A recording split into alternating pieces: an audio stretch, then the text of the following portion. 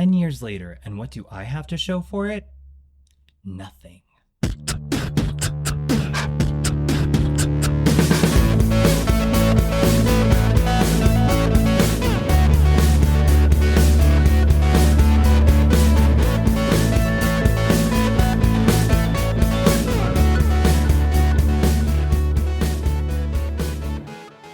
Hello, my LGBTQ cuties, and welcome back to another episode of A Jaded Gay.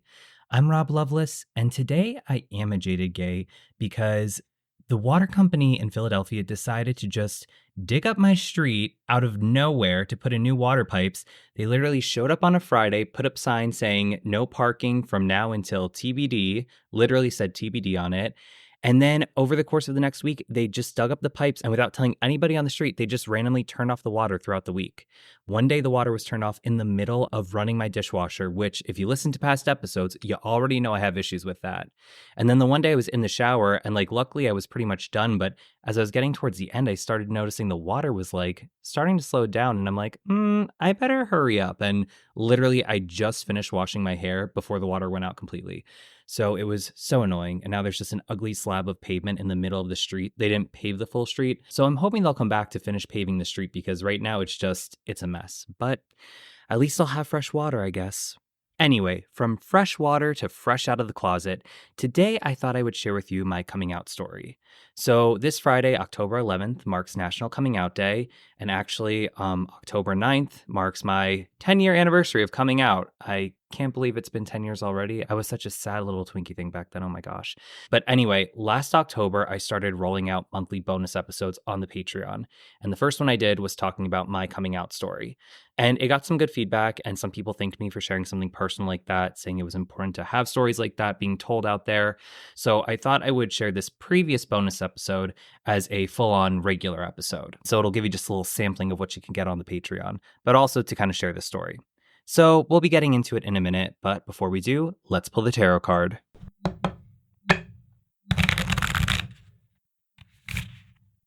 So we drew the 8 of Pentacles. As you remember, Pentacles is tied to the element of earth. It's feminine energy, so it's meditative in nature. And Pentacles is all about putting in the hard work and reaping the fruits of your labor. It literally signifies financial prosperity, but I like to think of it as emotional prosperity. And in numerology, 8 represents infinity, success, and power. And if you think about it, the number 8, it kind of looks like the infinity symbol. So when we see this, our energy is constantly flowing without end. And when we draw the 8 of Pentacles, it's reminding us that when we do what we love, love will come to us. At its core, this card is about apprenticeship and mastery. So if we work to improve our skills or our situation, eventually we will be successful. We need to listen to our intuition and reflect to make sure that we're pursuing interests that are aligned with what we want out of life. And even if we're unhappy in this moment, this card is encouraging us to pursue our passions because if we stick with it, eventually we will be successful. And with that in mind, let's get into the episode.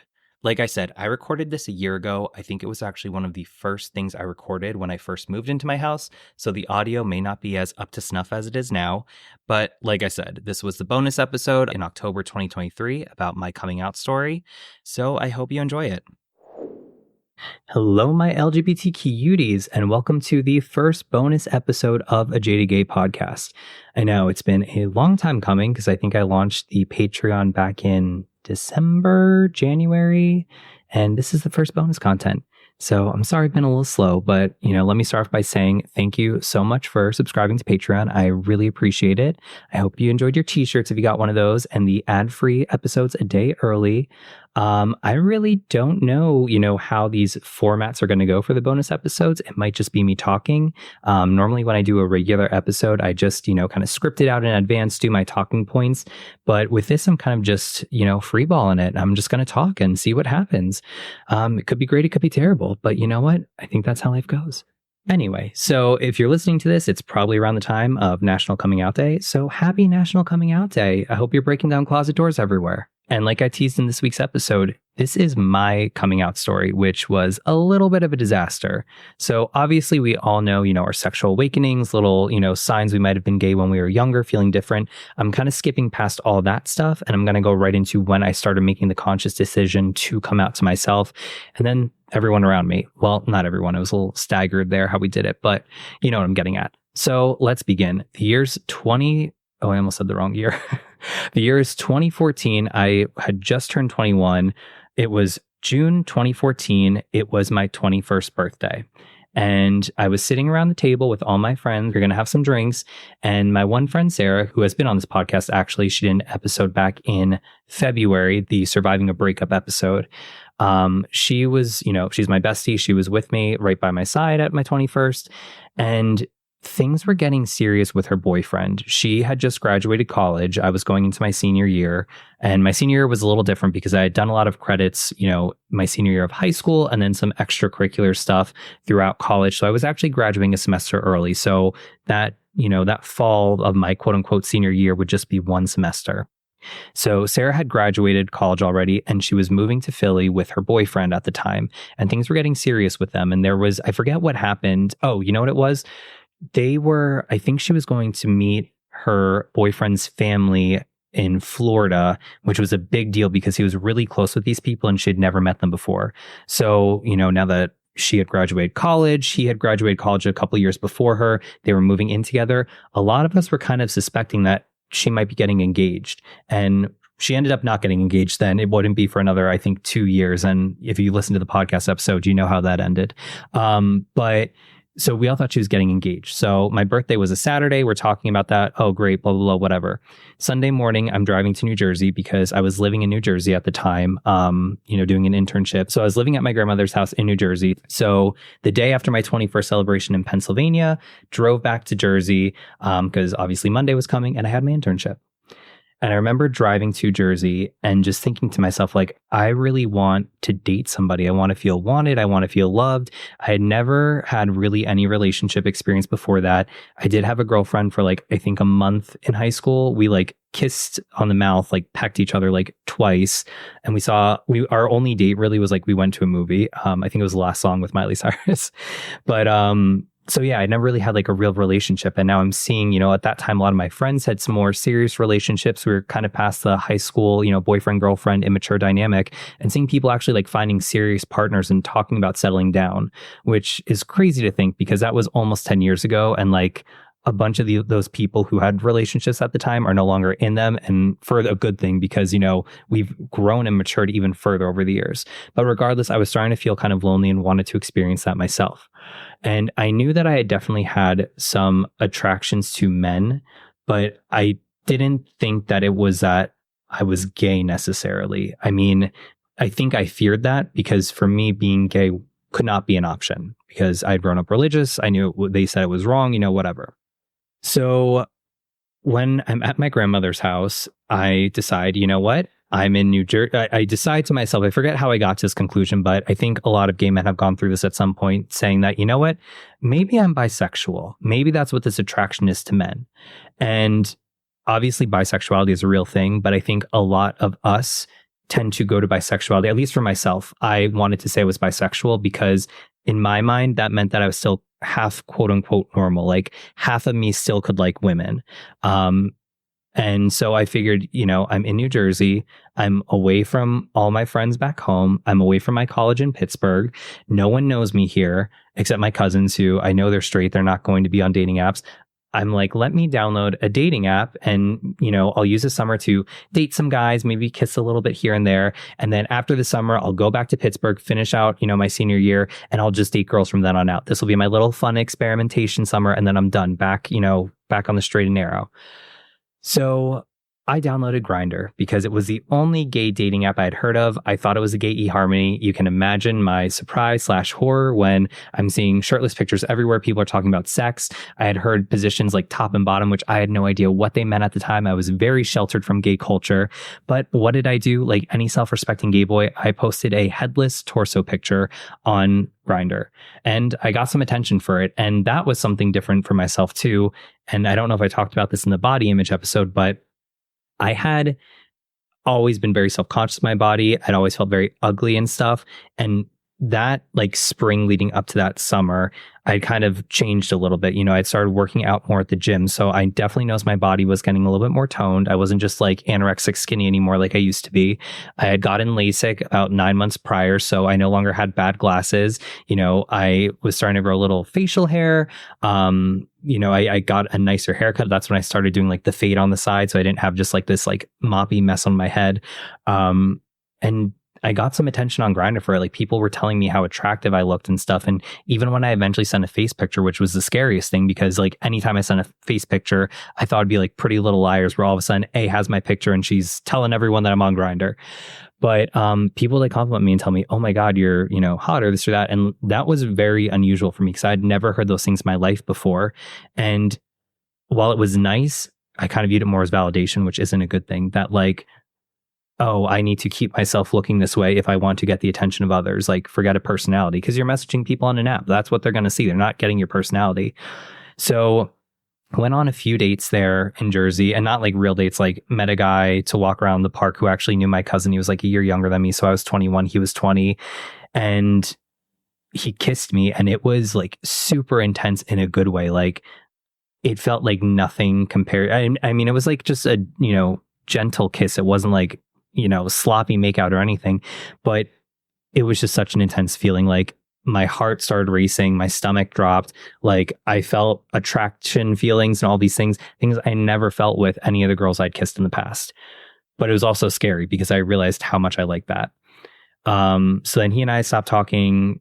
I, you know, hung out with a couple guys, like, and when I say hung out, I mean like we actually like went out, like walked around like towns, because there's places in New Jersey that are very walkable. There's like local shops, things like that. Didn't do anything physical like that, just got to know people. But I was like kind of disappointed because I felt like I didn't really get that full like fling experience that I wanted. And so when I went back to Pittsburgh, I didn't, you know, at the end of the summer, when I went back to Pittsburgh and started the fall semester, I didn't delete Grindr. I kept myself on there. And I was also nervous because I knew gay people at my college. There were actually a couple guys in my fraternity who were gay. So I was really afraid that one of them might find me. So I tried to go ahead and like block them and stuff proactively. But you know, I wasn't ready to come out though. I didn't know what I was. I was still kind of holding on to that bisexuality thing. But I knew that if I were to ever come out to my family or anyone, I would want to be in a financially secure place, because I knew that I was in my final semester of college. I wanted to graduate. I wanted to make sure I had a job and could afford my life, you know, wherever I was living, because my fear was if I came out to my parents that they would not take it well and they'd cut me off financially, and then I wouldn't be able to graduate college and my future would be over. That was the biggest fear I had at the time. Aside from, you know, the fear of going to hell because it's a sin, because that's what I had been brainwashed to believe through religion. And so literally like the first, I think it was Labor Day weekend, I met a guy on Grindr, of course. And it was such an intense thing. Like I picked him up at his dorm room because, again, we were both in college, and he stepped into my car and he looked a little different than his profile picture, like just a little bit more, like a little older, not old by any means. I think the picture he had used was like from 2 years prior, maybe like when he was like, you know, a kid entering college, because now he was like 20 years old and looked it. And he just had like this cool guy, like demeanor about him. He had like, you know, the backwards snapback, the, you know, white sneakers, high black socks, pierced ears, all these things. And kind of reminded me of like the high school jocks that were like very douchey that I was intimidated by in school. And so I was very intimidated by him, but like also very attracted to him. So hung out with him, went out to dinner, went back to my apartment. And yes, we did sloppy makeout.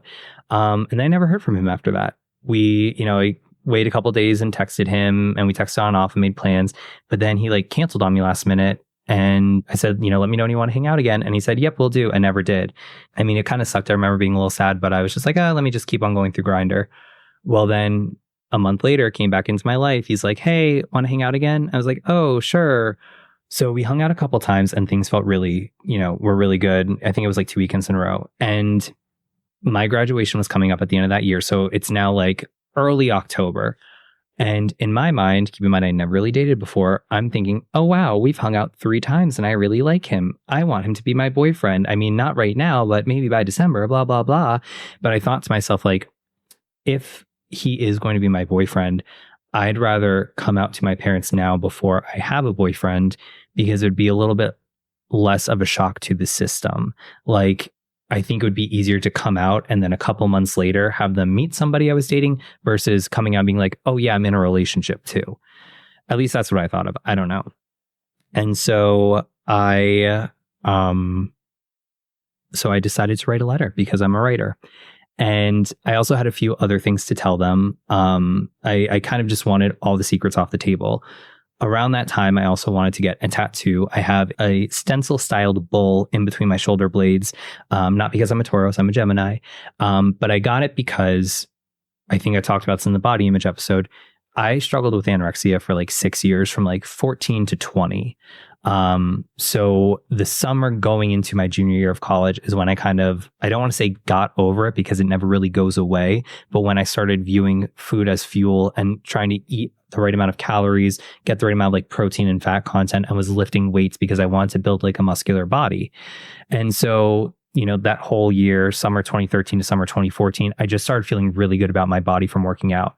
And so that fall, of 2014, around this time, all this, coming out stuff was going on, I decided I wanted another tattoo, which is what that bull tattoo is. But the thing I got also with it was, a bull has a tuft of hair on its tail. The tuft I have for my tattoo is actually the symbol for the National Eating Disorder Association. So I kind of tied it in because to me, I was viewing, a bull as a symbol of strength.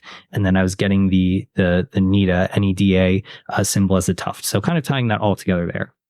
But I'm somebody, when I was younger, that I needed to tell my parents everything because I was afraid of getting in trouble with them. I'm like, oh my God. Like, I told them before I got my first tattoo, I wanted to get one. So I wanted to tell them that I was going to get another tattoo. And I think that's what kind of really brought all this on, because I want to get everything off my chest. So I'm like, I will tell them about my tattoo, about wanting to get this tattoo. I'll tell them about, coming out. And the other thing I want to tell them about is, I also, at the time, had my left nipple pierced. They're now both pierced because, like everything being symmetrical.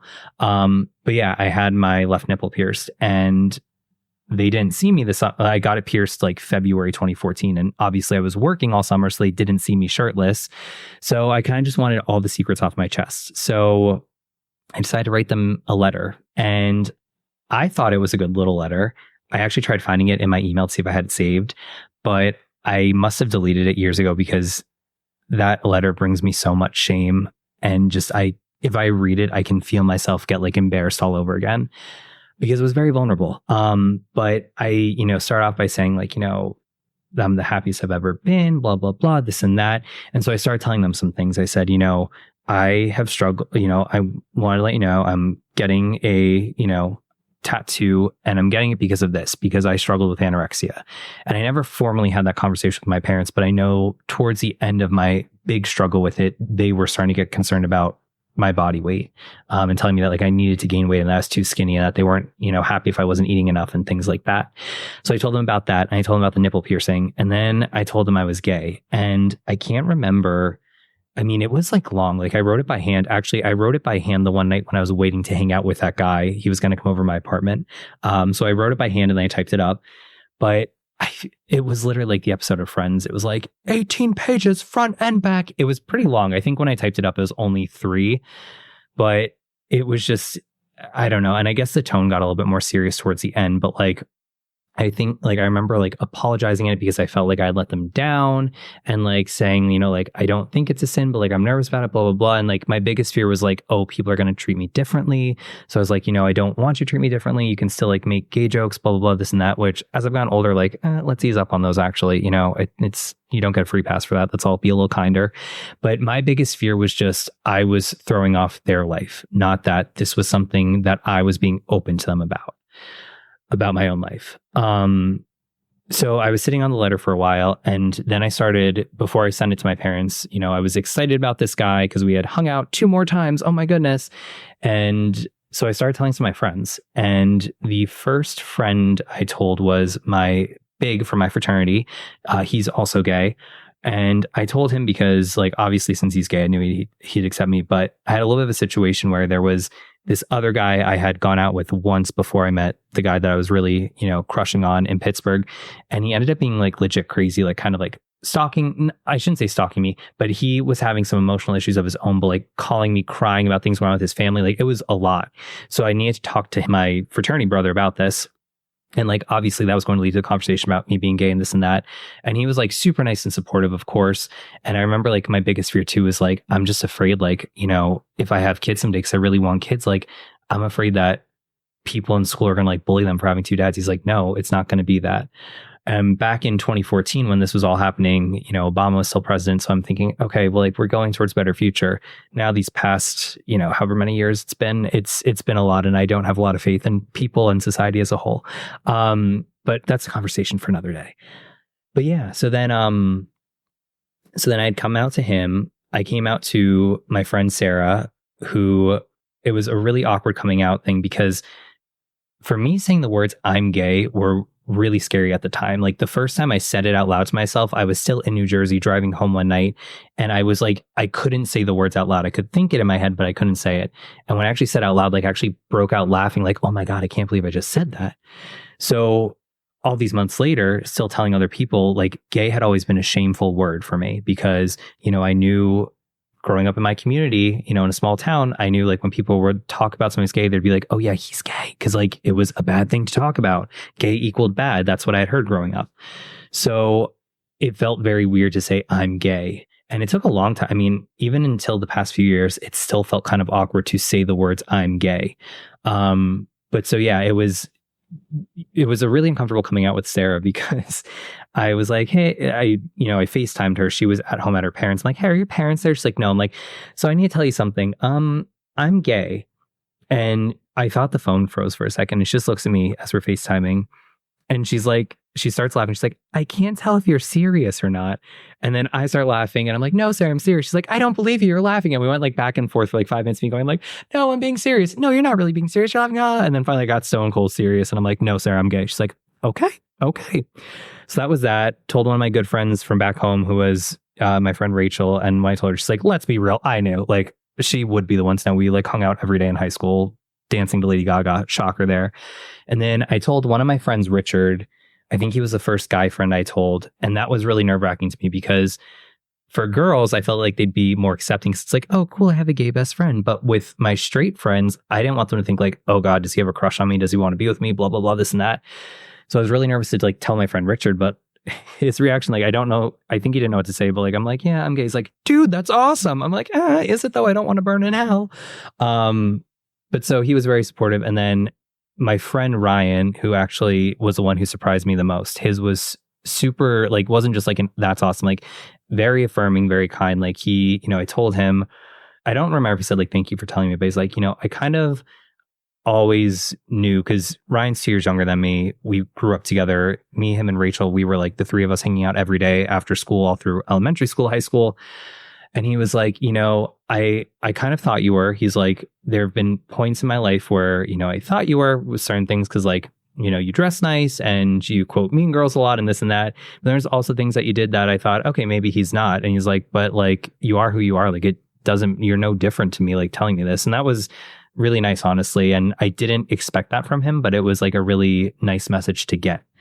But then that left the parents to tell. Actually, before I told my parents, I told one of my other fraternity brothers who is straight, who I was really close with in college, still close to him. Actually, funny enough, I was on a Zoom call with him and his wife back in, I think it was July, just catching up. And he actually brought up the letter because we were hanging out, just he and I the one night.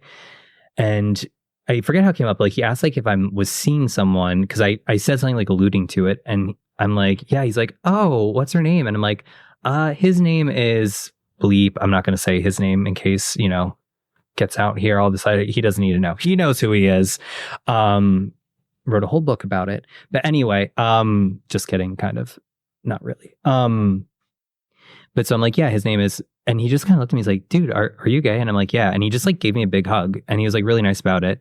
But then I don't know if it was that day or like a day or two after, I told him like I was going to tell my parents and I wrote a letter and he came over and read it. He's like, dude, like you can't, he's like, call your parents, like send this to them. Like, cause he had met my parents before and he knew they were great and stuff, but I don't think he knew the level of like religious upbringing I had had. And not that like my family was like, Bible thumping, like, burning Harry Potter books, whatever, nothing like that. But like we were very involved in the church. And while I didn't outwardly hear like negative things about gay people, I just knew it was not something that was accepted at the time, and especially not within the religion. So he read the letters like, dude, like, this is going to be like, your parents are going to think it's like super, like it's dark and depressing, but like have a conversation. I'm like, no, I'll send a letter to them. So let's just check in on the date. It is Thursday, October 9th, 2014. Where were you? And I think it was like 2:00 because I only had morning classes that day, and I actually didn't have classes that Friday, which was nice. But he was at my apartment. I'm like, I'm going to send a letter. So I attach it in an email and send it to my parents' email address. And then I texted both my parents and I said, hey, I just sent you something. I just emailed you something. Can you like look it over when you get a chance? Which was not uncommon because I would like from time to time like email them like, essays or things I was working on in school just to make sure like everything sounded okay as like, to double check that like all my grammar and stuff was good. So not out of the realm of things. So then after that, I'm immediately terrified. And I just put my phone on airplane mode. And like, I'm so scared, because in the back of my mind, I'm like, I don't think my parents are going to hate me, but like, oh my God, worst case scenario, like they never want to see me again. So I kind of go about my day. Every once in a while, I turn it off airplane mode and like no responses. And I'm like, all right, well, they're at work, whatever, blah, blah, blah, blah, blah, blah. Well, now it's like 5:00.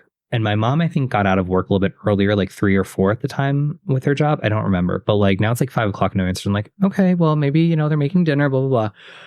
Now it's 7:00, no answer. And now it's 8:00. And guess who has a date? Me. I really planned this well. I had a date with that guy. And it's October, so we're going to a haunted house. And I drive us to the place and then we had to be shuttled. You parked into the parking lot and then they shuttled you over to where the actual haunted house was. So we're on the bus, checking my phone, still nothing, whatever. So I'm like, well, I guess my parents hate me, but hey, at least I have this guy here who I've known all of 3 dates thinking, this was going to be a relationship. Because like, again, like I was like very much in a middle school first crush dating mindset with this because I never had this kind of, experience or connection with somebody before. So because of this haunted house, it was like intense. Like we had to sign a waiver. We had to take off our jewelry. You could only go in 2 at a time and you had to hand over your phone. So I hand them my phone and I go in the haunted house, with this guy. We go through blah, blah, blah. We're in there probably like an hour, hour and a half. We come out and as the woman is handing me my phone, I see mom, like a phone call from mom, and it goes to voicemail as soon as I take it. And she's like, oh yeah, it's been ringing all night. And the guy I'm with is like, oh, is everything okay? I'm like, oh, yeah, I'm sure it is. And meanwhile, in my head, I'm like, oh, shit.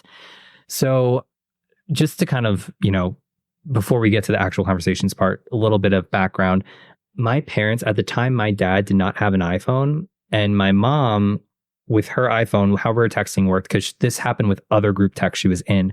If she was in a group text with someone who did not have an iPhone, she would not get the message for some reason. Because like her and her girlfriends in our hometown like had a group chat and one of them had like an Android or something. And whenever they sent a group text, like because of the Android user, she would not get the text. So when I sent that group text to my parents, my mom never got the text.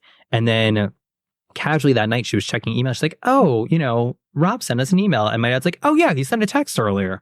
Oh, duh. Well, like, thanks. So now here I am like 9:00 at night on a Thursday with a date. And I see my phone has like so many missed calls, voicemails, text messages, not only from my parents, but from my sister saying like, what's going on? Even though years later found out like fully she knew what was going on because she read the email, even though I told her not to. I even had an email from my dad. And so it was just like, oh my God, like I wanted it to be such like a low key coming out where it's like, hey, I'm gay. Let's never talk about it again. And now it's the complete opposite. And then before I could even react to like call my mom or anything, I get a call from my apartment complex. They're like, hey, Rob. I'm like, yeah. They're like, oh, your mom called us because she was a little nervous. Just want to make sure we get in touch with you. We knocked on your door, but there was no answer. I'm like, yeah, because I'm not home right now. I'm like, yeah, I'm calling my mom back. Bye. So now I'm on the bus with this guy and we're holding hands. So I'm holding his hand with my right hand, trying to text my left hand. I'm right-handed and I don't text left-handed well. So I'm like trying to text and he's like, everything okay? I'm like, oh yeah. As I'm like, holding my phone to the side so I won't see. My mom's like, I just want to talk to you. I'm like, I can't talk right now. Give me a little bit, blah, blah, blah. Get back to my apartment, and that guy comes up with me and I'm like, hey, I just need to let my dog out. I'll be right back. So I call my mom as I'm taking my dog out. She is sobbing on the phone. Great. And she's like, oh my God, I just want to hear your voice. Did you always know? And it was like, Mom, like at 5 years old, I was rolling up my t-shirts into a crop top, dancing to Baby One More Time. Like, didn't you always know? Why didn't you tell me? But no, it was like super like awkward, and like I don't like when my parents are like emotional and stuff like that, because I don't know, so like I'm uncomfortable because now my mom's crying. I'm trying to calm her down while also trying to calm myself down because I'm freaking out. And my dog finished peeing, but then I'm still like, my mom must have like a 10-minute conversation, and I'm also with a guy that I don't want her to know about. So I'm like, I really can't talk right now. I'm like, basically, long story, she thought that letter was a suicide note, and I like swear I ended the letter like saying like, oh, I'm the happiest I've ever been, blah, blah, this and that. But like, I think in the note, I apologize for being gay. Like, I'm really sorry about this or something like that. And so she interpreted it as like a suicide note. And then she tried to call me and couldn't get in touch with me, obviously, because I was in the haunted house, and then called the apartment to get in touch with me, and they couldn't get in touch with me because I wasn't there. So they freaked out. So there was that. And I'm like, Mom, can we talk tomorrow? And she's like, yeah. So then that guy goes home, I go to bed, I wake up the next morning, and I just feel so scared. Like, I just feel like, oh shit, what did I do? Like, I was not ready to come out. I came out because I'm seeing this person, quote unquote seeing. And like, then my mom would have a conversation, and she was trying to be like all like, funny and like light about it and stuff. But, the phrase was said like, love the sinner, hate the sin, which like wasn't, super helpful.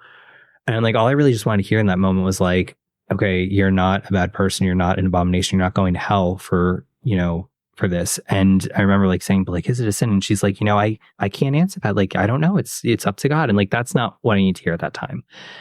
I mean, she's come a long way since then, but just at that time, not great. But then I just remember feeling so alone. And then at that time, that job from New Jersey offered me an interview, and, it was more of a formality, and I got it. So now here I am, end of October, had just come out to my parents, had a job offer in New Jersey, which 2 months earlier I would have been thrilled about, because for the past 2 summers I had interned there, loved it, and like wanted to become a full-time job, and now it did. But now I'm like, oh, I've hung out 3 times with this guy who I really like, and I'm starting to like Pittsburgh. Like, I don't know if I want to leave. So it's very much a conundrum. And then I had told him like, oh, I got this job. And then he's like, oh, I like you too much. I can't see you now, blah, blah, blah. I'm like, well, there's still like 2 months till I leave. And, I could, drive to Pittsburgh from New Jersey, see, blah, this and that, and just kind of ghosted me. And then in like November, he's like, what if I said I take it all back? What if I said that like, we could, make it work or whatever, blah, blah, blah. I'm like, okay. So we hung out, and then he ghosted me again after that. Actually, sorry, I'm using the wrong word, not ghosted, but like went quiet on me after that. And then he reached out again in like December, and I don't know if he was trying to like hang out or whatever. He's like, are you ready for the move? Are you ready for finals, blah, blah, this and that? And I was just like, yep, and kept it all short, and like didn't give him a lot to go off of there. And then, I graduated.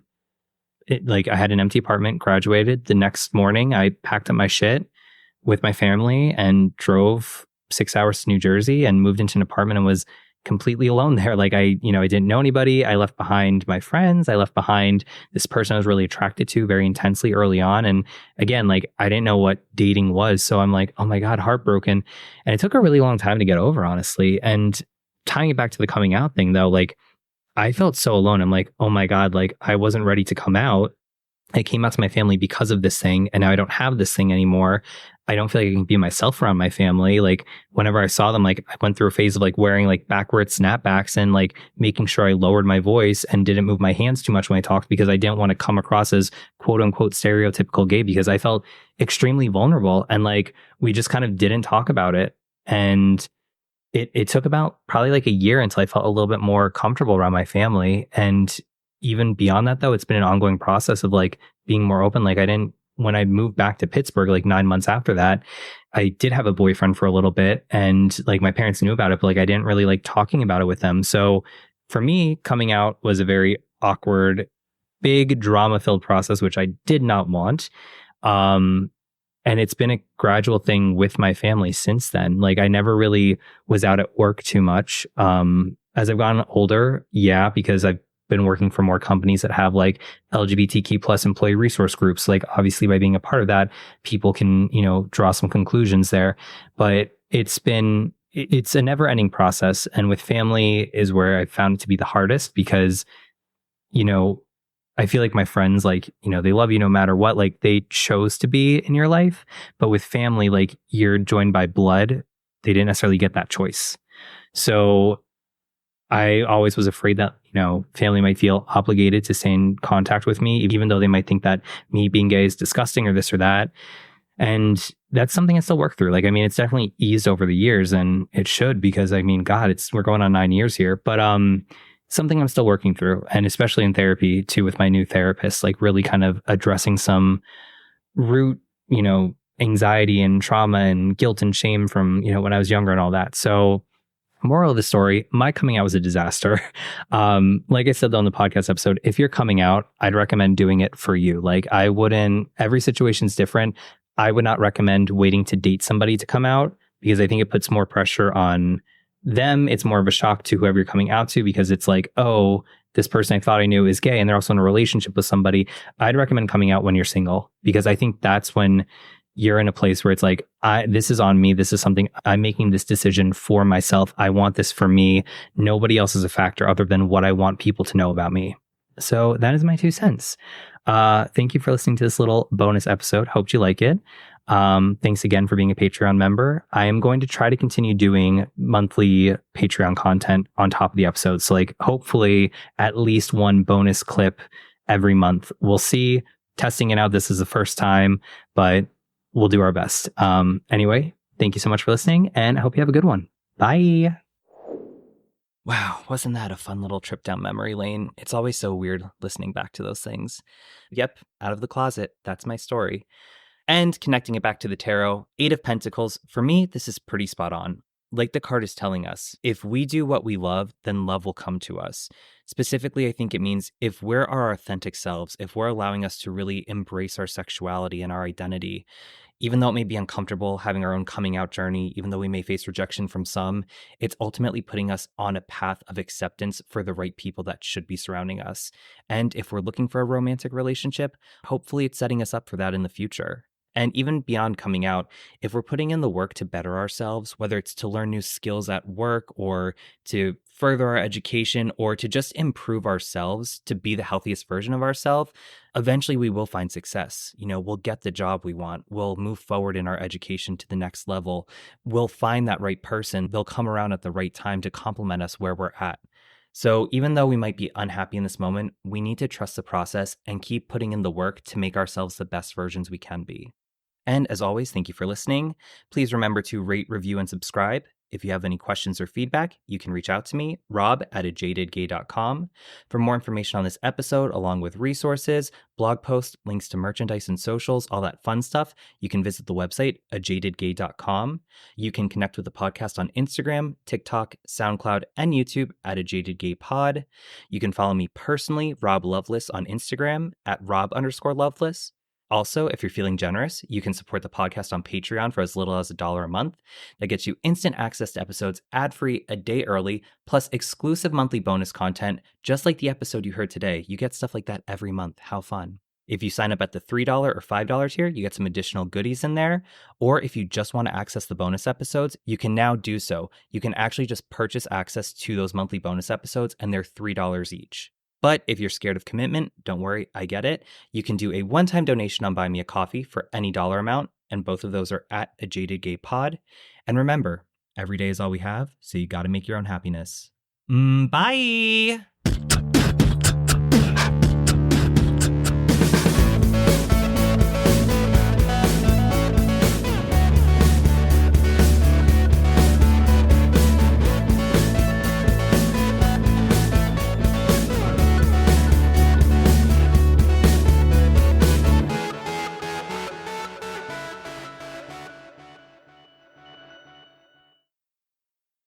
It's reminding us that when we do what we love, love will come to us. Isn't that rich? I love men, and where's my love? No love for Rob. Rob Loveless.